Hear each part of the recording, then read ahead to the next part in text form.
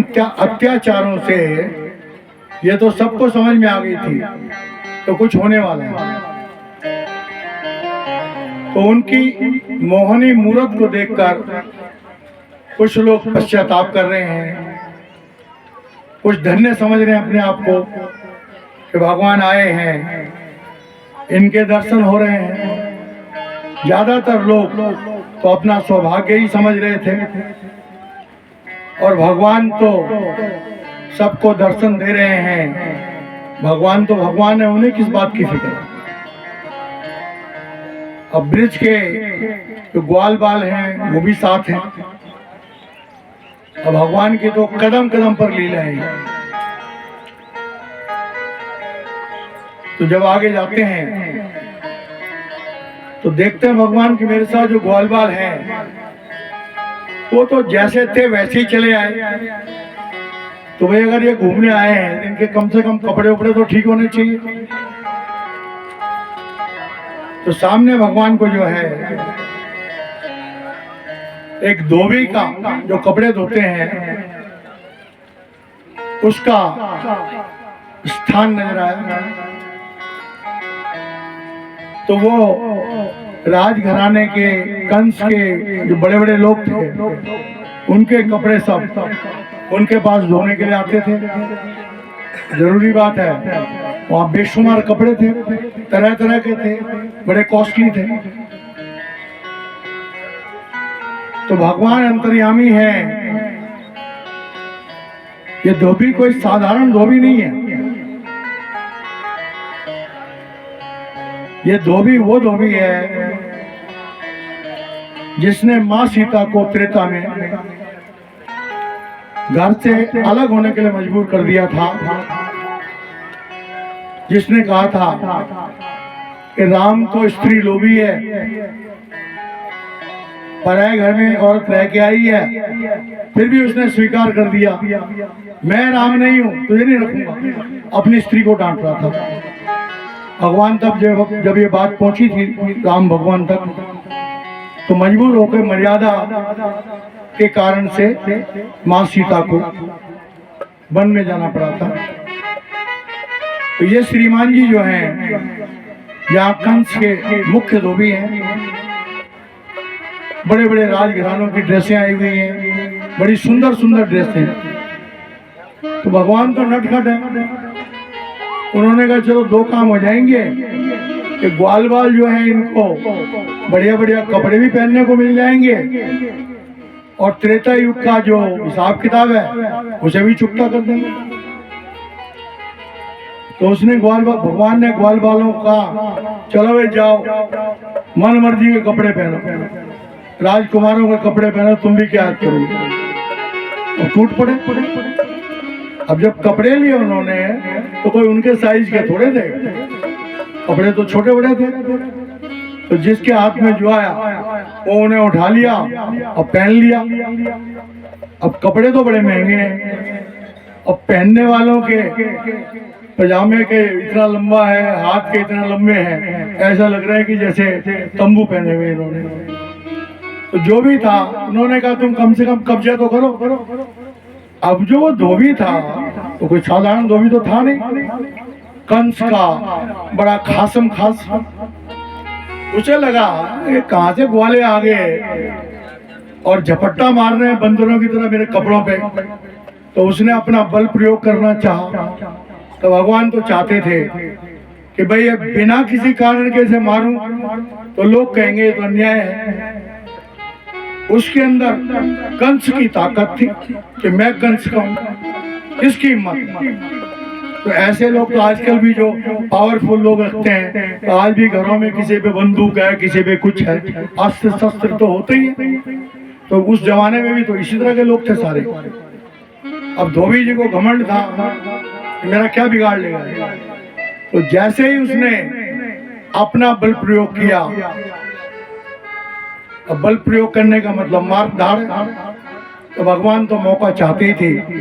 भगवान ने कहा चल भाई पिछला हिसाब भी पूरा हो जाता है और बच्चों को कपड़े भी मिल गए। सब ने बंदरों की तरह से जो कपड़े जिसको हाथ लगा एक से एक आलीशान कपड़े पहन लिए। और धोबी जी को जो है प्रभु ने निज धाम भेज दिया। वो कॉल पूरा हो गया, क्योंकि भगवान को माँ सीता को जरूर भेज दिया था, लेकिन प्रभु को अंदर से बहुत पीड़ा थी। वो पीड़ा जो है द्वापर में आके खत्म। अब जरूरी बात है, जो बच्चों ने कपड़े पहने तो जोकर बन गए सारे के सारे। तो भगवान जो है जैसे अपनी लीलाएं करते हैं, तो आगे जो है एक दर्जी, बड़ा अच्छा एक्सपर्ट दर्जी जो है, उसका आगे स्थान था। तो उसकी ये इच्छा थी दर्जी की कि भाई मैं हूं तो कंस के राज में, लेकिन क्या भला हो कि किसी दिन मुझे कृष्ण से सामना हो जाए और कृष्ण मुझे कोई काम कहे सेवा के रूप में और मैं कर पाऊं। ऐसी प्रेरणा उसके दिल में बहुत दिनों से थी। वो इंतजार कर रहा था कि कभी तो वो समय आएगा कि जब कृष्ण मुझसे कोई काम लेंगे, मैं कोई सेवा में जाऊंगा। तो भगवान तो उसकी दिल की जानते थे, दिल ही दिल कहने लगे भाई सुन, कोई दिक्कत नहीं है, तो चिंता नहीं कर, मैं आ रहा हूं। तो भगवान जो है अपनी फौज के साथ जो ग्वाल वालों की थी वहां गए। तो बड़ा एक्सपर्ट दर्जी था, और भी बहुत रहेंगे उसके पास। तो उन्होंने बहुत थोड़े समय में जितने भी ग्वाल बाल थे उनके शरीरों के मुताबिक यथाशक्ति उन कपड़ों को ठीक कर दिया। अब जो भगवान के साथ ग्वाल बाल हैं, अब वो कुछ सुधरी हुई इसी पोजीशन में लग रहे हैं, और क्योंकि कपड़े बहुत महंगे हैं, अब लग रहा है कि भाई भगवान के साथ ही है ये। अब भगवान के साथ ही हैं तो भाई कपड़े अच्छे अच्छे पहने हों, भगवान साथ में हो, तो कुछ ना कुछ भाई सजने संवरने की चीज भी तो होती है। कुछ गहने वहने कुछ पहने जाते हैं, तो आदमी लोग गहने तो कम पहनते हैं, फूल मालाएं ज्यादा पहनते हैं।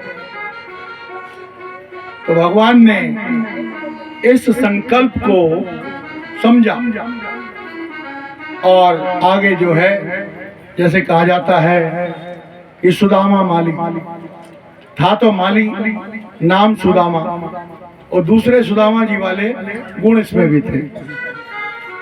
ये रोज फूल लाता है बाग से, मालाएं बनाता है, और रोज इसके दिल में एक उमंग उठती है कि कभी कृष्ण आए, मेरे द्वारा जो मालाएं बनाई जा रही हैं, कभी इन मालाओं को धारण करें, कभी मुझे कहें कि भाई एक माला देना। तो वो सपने में भी यही देखता रहता था कि कृष्ण मेरी दुकान पे आए हैं, मेरे घर पे आए हैं, मुझसे कह रहे हैं कि वो मुझे फूल दो। भगवान तो जानने वाले हैं दिलों के। भगवान ने कहा चिंता मत करो, तेरी सारी कसर निकाल दूंगा। अब उसने उस दिन के जो फूल थे, बहुत सुंदर सुंदर मालाएं बनाई हुई थी, वो सारे फूल जो है कंस के दरबार में जाने थे। और जब भगवान और भगवान के ग्वाल बाल उसके नजदीक पहुंचे तो उसकी तो मौज आ गई। जैसे कोई इंसान, जो लोग दूसरों को भोजन करा के खुश होते हैं, और कभी उन्होंने बहुत सारा भोजन बनाया हो और अचानक कोई साधु महात्माओं की टोली आ जाए, तो वो इंसान सोचता है कि मुझे 3 लोग की दौलत मिल गई। कंजूस तो सोचता है कहां से आगे खाने के लिए, लेकिन जिसके अच्छे हृदय होते हैं, अगर उसने हलवा बनाया है, उसमें देसी घी भी डाला है, काजू बादाम भी डाले हैं, तो लोभी तो कहेगा, कोई आगे तो छुपा के रख देगा, उसके लिए कुछ और दे देगा। लेकिन जिनके हृदय पवित्र होते हैं, वो दूसरों को अपनी बहुमूल्य चीज दे के खुश होते हैं। अब माली सोच रहा है कि मेरी जो प्रभु से आराधना थी उसको पूरा होने का टाइम आ गया, और मन कह रहा है कि बेटा तेरी गर्दन उतार देगा कंस अगर टाइम पे फूल नहीं पहुंचे तो। भगवान कह रहे हैं बोल क्या चाहता है, मेरा प्यार चाहता है या कंस की तलवार का डर चाहता है? और साथ में अपनी ताकत देनी थोड़ी सी। दिल में संकल्प आया, अरे ये मरना तो एक दिन है ही है, वो तो मेरी सिर्फ गर्दन काटेगा कंस, लेकिन ये तो मुझे बकड़ पहुंचा देगा। उसने कहा भगवान नहीं ठीक है, लिया और जितने भी उसने उस दिन के फूल मालाएं बनाई थी, चाहे वो कंस के लिए हो चाहे दरबारियों के लिए हो, सारी की सारी मालाएं कृष्ण और कृष्ण की टोली को पहना। अब लाजवाब कपड़े, पूरी फिटिंग, बढ़िया बढ़िया मालाएं। तो अब देखो जी पूरी फौज ऐसे लग रही है देवताओं की है। सब खुश, वो भी खुश। और कह चलो भगवान के दर्शन हो गए, मेरी मनोकामना पूरी हो गई, अब कंस क्या करेगा, मेरी गर्दन तो काटेगा और क्या करेगा। अब मैं 100 बार मरने को तैयार हूं अपने कान्हा के प्यार के लिए। ऐसा हो गया। अब जब हम किसी पार्टी वार्टी में जाते हैं तो बढ़िया कपड़े पहनते हैं, बढ़िया गहने पहनते हैं। तो आजकल भी फैशन है, घरों में जाओ तो खासकर यंग बच्चे तैयार होकर निकलते हैं, माँ बाप कहते हैं चलो रुको भी क्या है, अलमारी ढूंढते हैं, फिर एक बोतल से निकालते हैं, ऐसे ऐसे करते हैं, भाई क्या है ये, इतर है, खुशबू आएगी, नॉर्मल। तो इतर लगाने की तो पहले भी प्रथा थी। अब ग्वाल वाल सोच रहे हैं कान्हा तूने कपड़े भी पहना दिए, फूल मालाओं से भी सजा दिया, अरे यार थोड़ा इतर भी तो लगा दे, कोई चंदन वंदन की कोई खुशबू। तो भगवान ने सोचा चलो एक नहीं दो काम कर देते हैं। अब जो कुब्जा थी उसको इतर बनाने की बहुत बड़ी महारत हासिल, लेकिन उसका कुब्बड़ निकला हुआ, और वो इतना बढ़िया इतर बनाती थी कि कंस भी उसके इतर की खुशबू पे दीवाना था। तो उसने ढेर सारा इतर बना के और कंस के देने के लिए वो जाने का उसका प्रोग्राम था। लेकिन वो भी यही सोचती थी कि काश कभी मौका मिले और जो कान्हा है वो मेरा लगा हुआ बनाया हुआ इत्र लगाए, और जब उसे खुशबू आएगी तो कहेगा वाह कुब्जा तू कितना अच्छा इत्र बनाती है। ऐसा संकल्प उनके मन में हो रहा है। तो उसका सौभाग्य है सामने से जो है भगवान की और भगवान के ग्वाल बालों की टोली आ रही है। शोर मच गया, कृष्ण आ रहे हैं। अब कुब्जा की भी वही हालत। एक समय था इत्र लेके उसने दरबार में जाना होता था, दरबार के लिए निकली हुई थी। अब सोच रही है कि मैं अब इस भगवान को अभिषेक करूं या उस दुष्ट से अपनी जान बचाऊं। तो जब उसने ये सोचा तो कृष्ण तक उसकी आवाज पहुंची। तो भगवान उसके दिल में कहते हैं अरे चिंता क्यों करती है, अपना बना के तो देख। भाव आया कोई बात नहीं, अगर कृष्ण हमारा है तो 3 लोक में हमारा कौन बिगाड़ सकता है। जैसे नजदीक आए समर्पण कर दिया, सारा इत्र जो है वो कृष्ण को सुपुर्द कर दिया। कृष्ण ने कहा ग्वाल वालों से लो भाई तुम्हारी मौज आ गई। अब जो इत्र कंस लगाता है, राजा महाराजा लगाते हैं, लो बेटा तुम भी लो। और सबके इत्र लगाया, और वो इत्र इतना कि जहां से अब गुजरेंगे वो पूरा वातावरण ही इत्र से महक जाएगा। अब भगवान सोचते हैं कि भाई ये कुब्जा है, बेचारी है तो सुंदर और इतनी बड़ी कला इसके पास है। तो अंदर से कुब्जा सोच रही है कि भाई तुम भगवान हो, ये मुझे विश्वास है अंदर से, लेकिन यार क्या बुरा हो कि तुम्हारे लिए क्या मुश्किल है, तुम तो सृष्टि के मालिक हो, ये मेरा कुबड़ भी ठीक कर दो तो मुझे भी जीने का मजा आ जाए। भगवान सोच रहे हैं कि अभी चाहती है, कहते हाँ अभी। तो भगवान ने उसके पैरों को अपने पैरों से दबाया, हल्का सा ठोड़ी को झटका मारा, उसका कुबर ठीक हो गया, एकदम सुंदरी बन गई। चल तू भी मौज कर। तो इस तरह से भगवान जो है अपने इन भक्तों को, क्योंकि देखिए हम सब प्रभु प्रेमी हैं, ये अलग बात है।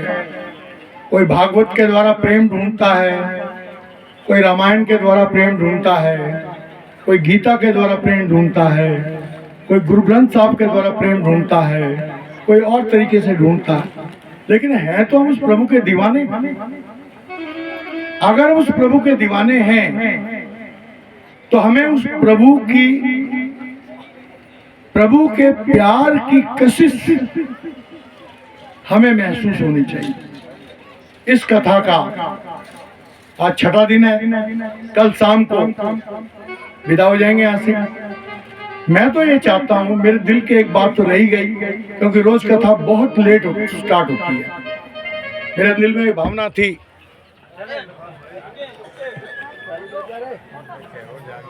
कहाँ है वो?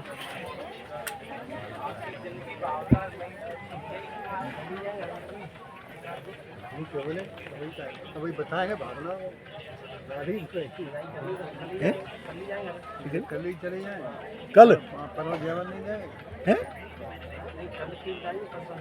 अरे परसों जाएंगे यार, कल तक तो कथा की बात कही है मैंने। परसों जाएंगे, भंडारा खा के जाएंगे। दान बोलना है, दान आप बोल, आप बोल।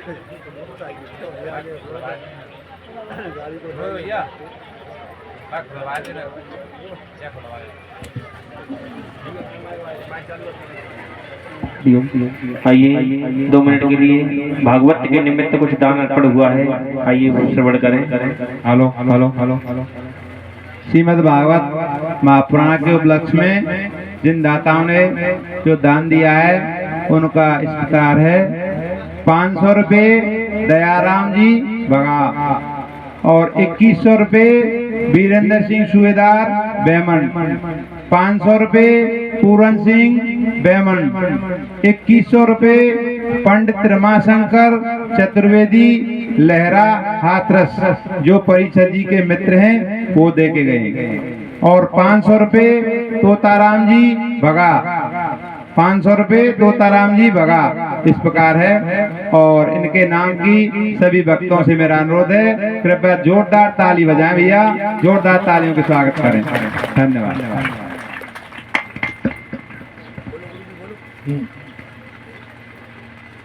तो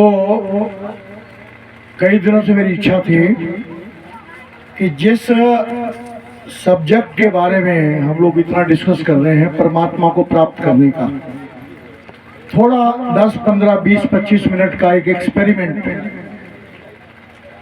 होता क्या है कि भागवत की कथा शुरू होते होते 1, सवा, 1:30 बज जाते हैं, और हमारे भाई बहन इतने प्यारे प्यारे हैं कि वो परिवार से अलग होने में उनको बड़ी पीड़ा होती है।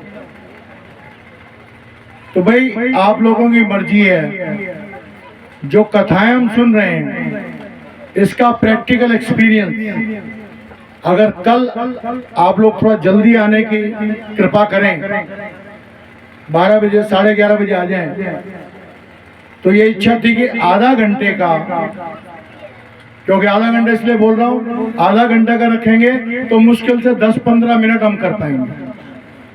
प्रैक्टिकल एक्सपीरियंस, जितनी बातें कही गई हैं इनका